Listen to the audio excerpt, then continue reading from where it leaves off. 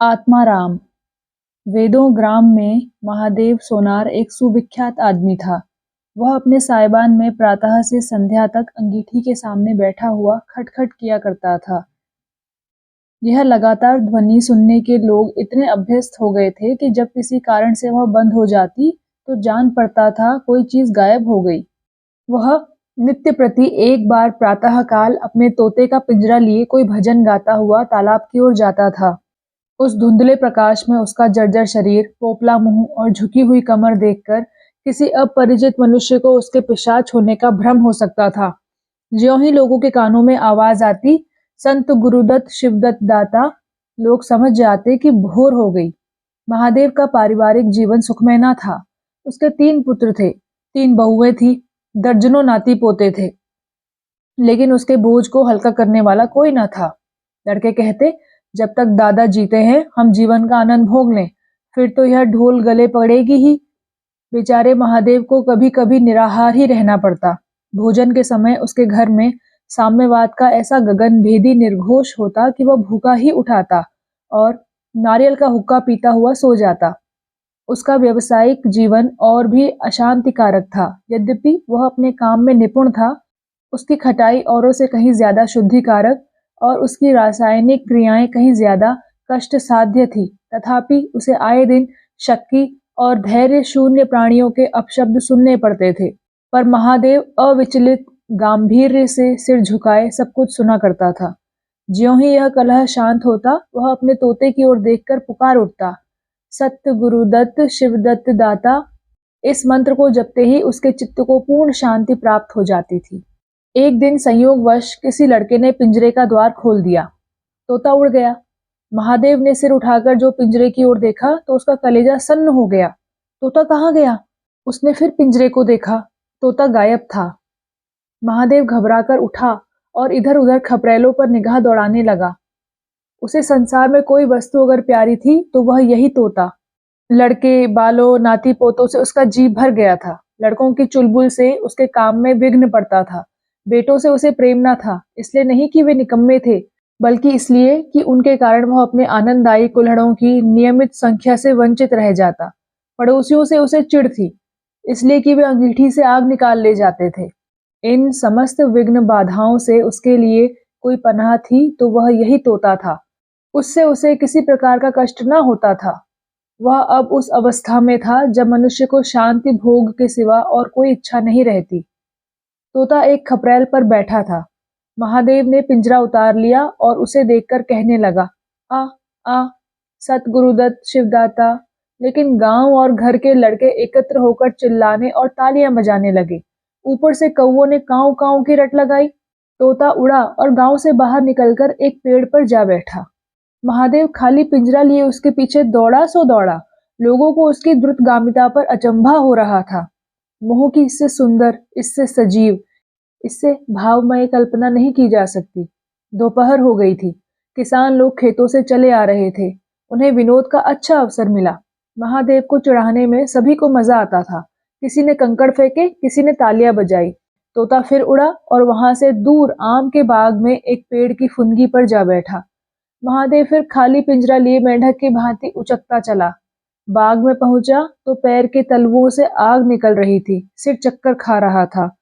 जब जरा सावधान हुआ तो फिर पिंजरा उठाकर कहने लगा, सत गुरुदत्त शिवदत्त दाता। तोता फुनगी से उतरकर नीचे की एक डाल पर आ बैठा, किंतु महादेव की ओर सशंक नेत्रों से ताक रहा था। महादेव ने समझा डर रहा है। वह पिंजरे को छोड़कर आप एक दूसरे पेड़ की आड़ में छिप गया। तोते ने चारों ओर गौर से देखा, निशंक हो गया, उतरा और आकर पिंजरे के ऊपर बैठ गया। महादेव का हृदय उछलने लगा। सत गुरुदत्त शिवदत्त दाता का मंत्र जपता हुआ धीरे धीरे तोते के समीप आया और लपका कि तोते को पकड़ ले, किंतु तोता हाथ ना आया। फिर पेड़ पर जा बैठा। शाम तक यही हाल रहा। तोता कभी इस डाल पर जाता, कभी उस डाल पर, कभी पिंजरे पर आ बैठता, कभी पिंजरे के द्वार पर बैठ अपने दाना पानी की प्यालियों को देखता और फिर उड़ जाता। बुढ़ा अगर मूर्तिवान मोह था तो तोता मूर्तिमयी माया। यहाँ तक कि शाम हो गई। माया और मोह का यह संग्राम अंधकार में विलीन हो गया। रात हो गई। चारों ओर निबिड़ अंधकार छा गया। तोता ना जाने पत्तों में कहाँ छिपा बैठा था। महादेव जानता था कि रात को तोता कहीं उड़कर नहीं जा सकता और पिंजरे में ही आ सकता है। फिर भी वह उस जगह से हिलने का नाम न लेता था। आज उसने दिन भर कुछ नहीं खाया। रात के भोजन का समय भी निकल गया। पानी की बूंद भी उसके कंठ में न गई, लेकिन उसे न भूख थी न प्यास। तोते के बिना उसे अपना जीवन निस्सार, शुष्क और सूना जान पड़ता था। वह दिन रात काम करता था, इसलिए कि यह उसकी अंतःप्रेरणा थी। जीवन के और काम इसलिए करता था कि आदत थी। इन कामों में उसे अपनी सजीवता का लेश मात्र भी ज्ञान न होता था। तोता ही वह वस्तु था जो उसे चेतना की याद दिलाता था। उसका हाथ से जाना जीव का देह त्याग करना था। महादेव दिन भर का भूखा, थका मांदा रह रहकर झपकियां ले लेता था, किंतु एक क्षण में फिर चौंक कर आंखें खोल देता और उस विस्तृत अंधकार में उसकी आवाज सुनाई देती, सत गुरुदत्त शिवदत्त दाता। आधी रात गुजर गई थी। सहसा वह कोई आहट पाकर चौंका। देखा, एक दूसरे वृक्ष के नीचे एक धुंधला दीपक जल रहा है और कई आदमी बैठे हुए आपस में कुछ बातें कर रहे हैं। वे सब चिलम पी रहे थे। तमाकू की महक ने उसे अधीर कर दिया। उच्च स्वर से बोला, सतगुरुदत्त शिवदत्त दाता, और उन आदमियों की ओर चिलम पीने चला गया। किंतु जिस प्रकार बंदूक की आवाज सुनते ही हिरन भाग जाते हैं, उसी प्रकार उसे आते देख सब के सब उठकर भागे। कोई इधर गया, कोई उधर। महादेव चिल्लाने लगा, ठहरो ठहरो। एकाएक उसे ध्यान आ गया, ये सब चोर हैं। वह जोर से चिल्ला उठा, चोर चोर, पकड़ो पकड़ो। चोरों ने पीछे फिरकर न देखा। महादेव दीपक के पास गया तो उसे एक कलसा रखा हुआ मिला जो मोर्चे से काला हो रहा था। महादेव का हृदय उछलने लगा। उसने कलसे में हाथ डाला तो मोहरें थी। उसने एक मोहर बाहर निकाली और दीपक के उजाले में देखा। हाँ, मोहर थी। उसने तुरंत कलसा उठा लिया और दीपक बुझा दिया और पेड़ के नीचे छिपकर बैठा रहा। साह से चोर बन गया। उसे फिर शंका हुई, ऐसा ना हो चोर लौट आवे और मुझे अकेला देखकर मोहरें छीन ले। उसने कुछ मोहर कमर में बांधी और फिर एक सूखी लकड़ी से जमीन की मिट्टी हटाकर कई गड्ढे बनाए। उन्हें मोहरों से भरकर मिट्टी से ढक दिया। महादेव के अंतर्नेत्रों के सामने अब एक दूसरा जगत था, चिंताओं और कल्पना से परिपूर्ण। यद्यपि अभी कोष के हाथ से निकल जाने का भय था, पर अभिलाषाओं ने अपना काम शुरू कर दिया। एक पक्का मकान बन गया, सराफे की एक भारी दुकान खुल गई, निज संबंधियों से फिर नाता जुड़ गया, विलास की सामग्रियां एकत्रित हो गई। तब तीर्थ यात्रा करने चले और वहां से लौटकर बड़े समारोह से यज्ञ ब्रह्मभोज हुआ। इसके पश्चात एक शिवालय और कुआं बन गया, एक बाग भी लग गया और वह नित्य प्रति कथा पुराण सुनने लगा। साधु संतों का आदर सत्कार होने लगा। अकस्मात उसे ध्यान आया, कहीं चोर आ जाए तो मैं भागूंगा कैसे। उसने परीक्षा करने के लिए कलसा उठाया और 100-200 पग तक बेतहाशा भागा हुआ चला गया। जान पड़ता था उसके पैरों में पर लग गए हैं। चिंता शांत हो गई। इन्हीं कल्पनाओं में रात व्यतीत हो गई। उषा का आगमन हुआ। हवा जगी, चिड़ियां गाने लगी। सहसा महादेव के कानों में आवाज आई, सतगुरुदत्त शिवदत्त दाता, राम के चरण में चित्त लागा। यह बोल सदैव महादेव की जिह्वा पर रहता था। दिन में सहस्रों ही बार ये शब्द उसके मुंह से निकलते थे, पर उनका धार्मिक भाव कभी भी उसके अंतःकरण को स्पर्श न करता था। जैसे किसी बाजे से राग निकलता है, उसी प्रकार उसके मुंह से यह बोल निकलता था, निरर्थक और प्रभाव शून्य। तब उसका हृदय रूपी वृक्ष पत्र पल्लव विहीन था। यह निर्मल वायु उसे गुंजरित न कर सकती थी, पर अब उस वृक्ष में कोंपले और शाखाएं निकल आई थी। इस वायु प्रवाह से झूम उठा, गुंजित हो गया। अरुणोदय का समय था। प्रकृति एक अनुराग में प्रकाश में डूबी थी। उसी समय तोता पैरों को जोड़े हुए ऊंची डाल से उतरा, जैसे आकाश से कोई तारा टूटे और आकर पिंजरे में बैठ गया। महादेव प्रफुल्लित होकर दौड़ा और पिंजरे को उठाकर बोला, आओ आत्माराम, तुमने कष्ट तो बहुत दिया, पर मेरा जीवन भी सफल कर दिया।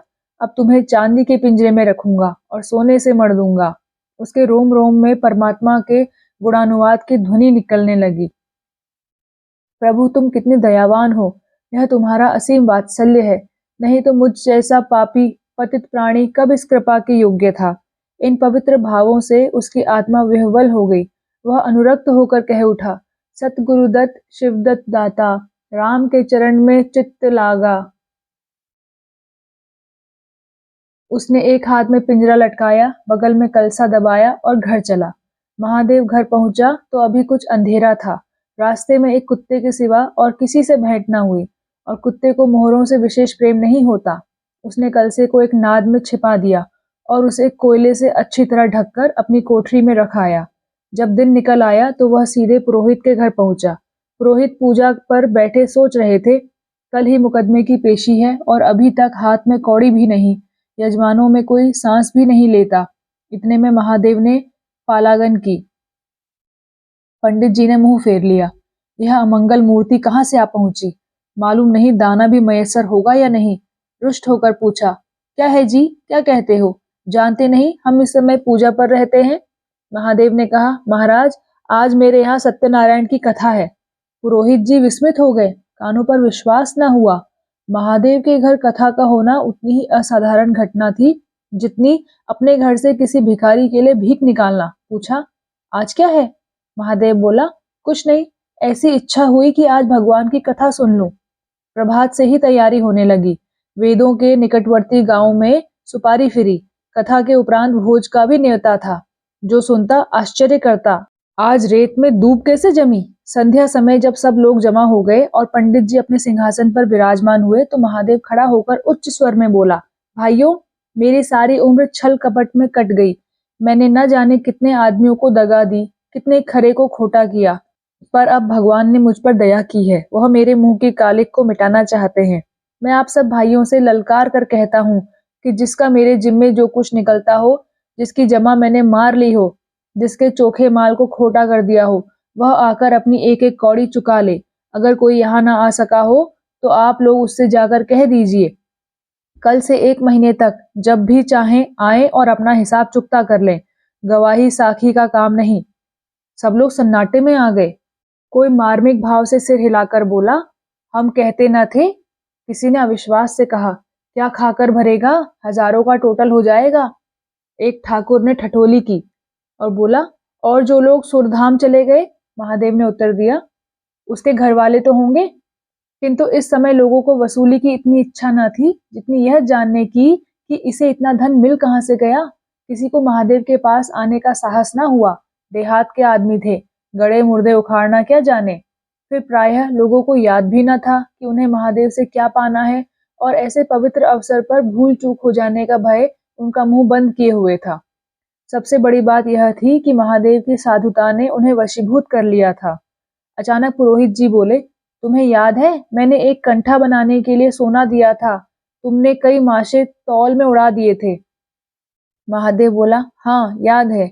आपका कितना नुकसान हुआ होगा? पुरोहित बोले, 50 रुपए से कम ना होगा। महादेव ने कमर से 2 मोहरें निकाली और पुरोहित जी के सामने रख दी। पुरोहित जी की लोलुपता पर टीकाएं होने लगी। यह बेईमानी है। बहुत हो तो 2-4 रुपए का नुकसान हुआ होगा, बेचारे से 50 रुपए ऐंठ लिए। नारायण का भी डर नहीं, बनने को पंडित पर नियत ऐसी खराब। राम राम। लोगों को महादेव पर एक श्रद्धा सी हो गई। 1 घंटा बीत गया पर उन सहस्रों मनुष्यों में से एक भी खड़ा ना हुआ। तब महादेव ने फिर कहा, मालूम होता है आप लोग अपना अपना हिसाब भूल गए हैं, इसलिए आज कथा होने दीजिए। मैं 1 महीने तक आपकी राह देखूंगा, इसके पीछे तीर्थ यात्रा करने चला जाऊंगा। आप सब भाइयों से मेरी विनती है कि आप मेरा उद्धार करें। 1 महीने तक महादेव लेनदारों की राह देखता रहा। रात को चोरों के भय से नींद न आती। अब वह कोई काम न करता। शराब का चस्का भी छूटा। साधु अभ्यागत जो द्वार पर आ जाते उनका यथा योग्य सत्कार करता। दूर दूर उसका सुयश फैल गया। यहाँ तक कि महीना पूरा हो गया और एक आदमी भी हिसाब लेने न आया। अब महादेव को ज्ञान हुआ कि संसार में कितना धर्म, कितना सद्व्यवहार है। अब उसे मालूम हुआ कि संसार बुरों के लिए बुरा है और अच्छों के लिए अच्छा। इस घटना को हुए 50 वर्ष बीत चुके हैं। आप वेदों जाइए तो दूर से एक सुनहला कलश दिखाई देता है। वह ठाकुर द्वारे का कलश है। उससे मिला हुआ एक पक्का तालाब है जिसमें खूब कमल खिले रहते हैं। उसकी मछलियां कोई नहीं पकड़ता। तालाब के किनारे एक विशाल समाधि है। यही आत्माराम का स्मृति चिन्ह है। उसके संबंध में विभिन्न किंवदंतियां प्रचलित हैं। कोई कहता है यह रत्न जटित पिंजरा स्वर्ग को चला गया। कोई कहता वह सतदत्त गुरुदत्त कहता हुआ अंतर्धान हो गया। पर यथार्थ यह है कि उस पक्षी रूपी चंद्र को किसी बिल्ली रूपी राहु ने ग्रस लिया। लोग कहते हैं आधी रात को भी तालाब के किनारे आवाज आती है, सतगुरुदत्त शिवदत्त दाता, राम के चरण में चित्त लागा। महादेव के विषय में भी कितनी ही जनश्रुतियां हैं।